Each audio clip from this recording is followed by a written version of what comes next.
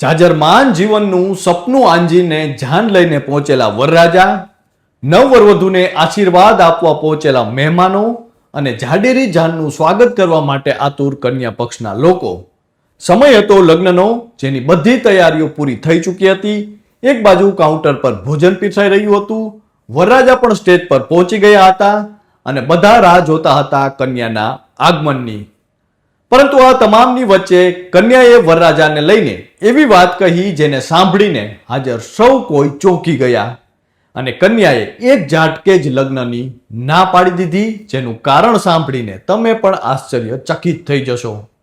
નમસ્કાર, આપની સાથે હું છું કૃપાલસિંહ જાડેજા અને હાલમાં જ લીલા માંડવે પહોંચેલી એક જાન દુલ્હન વગર જ પાછી ફરી તે વિચિત્ર ઘટના વિશે વિગતે વાત કરીએ. વાત ગુજરાતી પર. આમ તો આપણે ત્યાં 16 સંસ્કારમાંના એક સૌથી મહત્વના જો કોઈ સંસ્કાર હોય તો તે લગ્ન સંસ્કાર છે. અને આપણે ત્યાં લગ્ન ખૂબ ધામધૂમથી ઉજવવામાં આવે છે.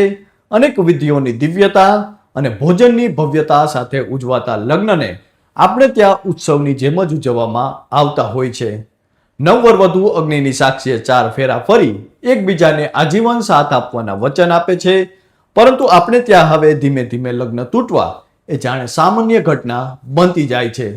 પરંતુ શું તમે વિચારી શકો છો કે લગ્નની જયમાળાથી લઈને જમણવાર સુધીની તમામ તૈયારીઓ થઈ ચૂકી હોય અને અચાનક જ લગ્ન અટકી જાય તો?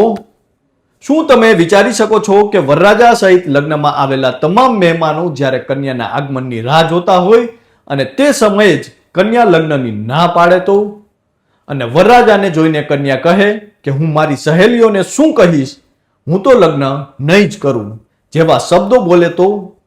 જી હા, આ કોઈ ફિલ્મની કાલ્પનિક કહાની નહીં પરંતુ હકીકતમાં બનેલી ઘટના છે. એના વિશે જાણીને તમે પણ ચોંકી જશો. જી હા, કારણ કે દુલ્હને વરરાજાની ઉંમર વધુ હોવાનું કહીને એક ઝાટકે જ લગ્નની ના પાડી દીધી.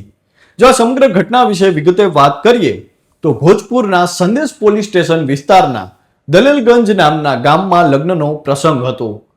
આ લગ્ન ગત 3 માર્ચના રોજ નક્કી થયા હતા, જેમાં સુધીરના લગ્ન શોભા સાથે થઈ રહ્યા હતા. બંને પરિવારોને આ લગ્ન મંજૂર હતા અને બંને પરિવારોએ સંયુક્ત રીતે જ લગ્નનું આયોજન પણ કર્યું હતું. ત્યારે આયોજન મુજબ જ હલ્દીથી લઈને તિલક, જયમાળાથી લઈને જમણવાર, લગ્ન સમારોહ અને રિસેપ્શન સુધીના બધા આયોજનો લગ્ન સ્થળે જ યોજવાનું નક્કી થયું હતું. બંને પરિવારો વચ્ચે લગ્નનો અડધો ખર્ચ વહેંચવાનો પણ નિર્ણય લેવામાં આવ્યો હતો. લગ્ન સમારોહ માટે આરાના ઉદવંતનગર બ્લોકમાં મેડિકલ કોલેજ પાસે એક લગ્ન સ્થળ છે તે બુક કરવામાં આવ્યું હતું અને નક્કી કરેલા સમયે જ લીલા તોરણે જાન લઈને વરરાજા સહિત જાનૈયાઓના સામૈયા થયા અને હલ્દી સમારોહ, ત્યારબાદ તિલક સમારોહ, માળા સમારોહ, લગ્નનો વરઘોડો અને સ્વાગત માટેની બધી તૈયારીઓ પણ પૂર્ણ થઈ ચૂકી હતી. વરઘોડા અને કન્યા પક્ષના સંબંધીઓના સ્વાગતથી લઈને ખાવા પીવાની તમામ વ્યવસ્થાઓ કરવામાં આવી હતી. મહેમાનો માટે રસગુલ્લાની મીઠાઈ સહિત અનેક વાનગીઓ પણ તૈયાર કરવામાં આવી હતી, જે કાઉન્ટર પર ગોઠવાઈ ચૂકી હતી. વરરાજા સ્ટેજ પર પહોંચી ગયા હતા અને હવે બધા જ ફક્ત કન્યાના આગમનની રાહ જોઈ રહ્યા હતા. ત્યારે તેમને ખબર પડી કે કન્યાનો આખો પરિવાર જ ત્યાં હાજર નથી. લગ્ન સ્થળે કન્યાના પરિવારના કોઈ સભ્ય ન જોઈને સુધીરના પરિવારે સૌપ્રથમ તેમને શોધવાનું શરૂ કર્યું. તેમણે તેમના મોબાઈલ ફોન પર ફોન પણ કર્યો, પરંતુ કોઈએ જવાબ ન આપ્યો. લગ્ન સ્થળે પરિવારના અન્ય કોઈ સભ્ય ન જોઈને સુધીરના પરિવારે તેમને શોધવાનું શરૂ કર્યું અને તેમણે અનેક જગ્યાએ છે શોધખોળ શરૂ કરી.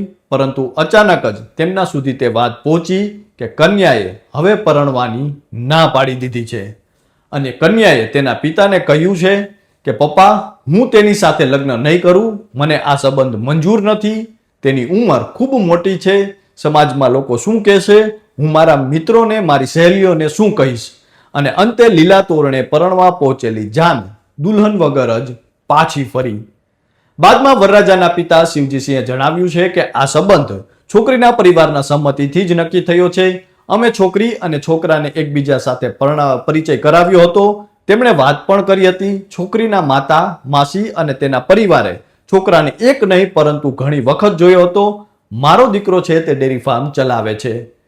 શિવજીએ કહ્યું છે કે કન્યાના ગુમ થયાના બીજા દિવસે કન્યા પક્ષના લોકો સાથે વાત કરી ત્યારે તેમને ખબર પડી કે કન્યાએ તેના પિતાને કહ્યું હતું કે છોકરો મોટો છે, તેથી તેની સાથે લગ્ન કરવાની ના પાડી દીધી હતી. ત્યારે મીડિયા અને સોશિયલ મીડિયા પર આ લગ્ન તૂટવાની ઘટના વિશે જાણીને લોકો આશ્ચર્યચકિત થઈ રહ્યા છે. અને આમ આજે આવા નજીવા કારણે લખાયેલા લગ્નો થતા પહેલા જ અંત ઘડીએ તૂટી રહ્યા છે. એક બાજુ 7 ભવ સાથે રહેવાના વચનો લેવાય છે, તો બીજી બાજુ અત્યારે 7 દિવસનો સાથ પણ જાણે કપરો થઈ રહ્યો છે. ત્યારે મીડિયા અને સોશિયલ મીડિયા પર ચર્ચિત આ ઘટનાને લઈને લોકો પ્રતિભાવ આપી રહ્યા છે. ત્યારે આપ સૌ કોઈ આ અંગે શું માનો છો તે કોમેન્ટ કરીને અમને જરૂરથી જણાવજો. તો અત્યારે બસ આટલું જ. ફરી મળતા રહીશું વાત ગુજરાતી પર.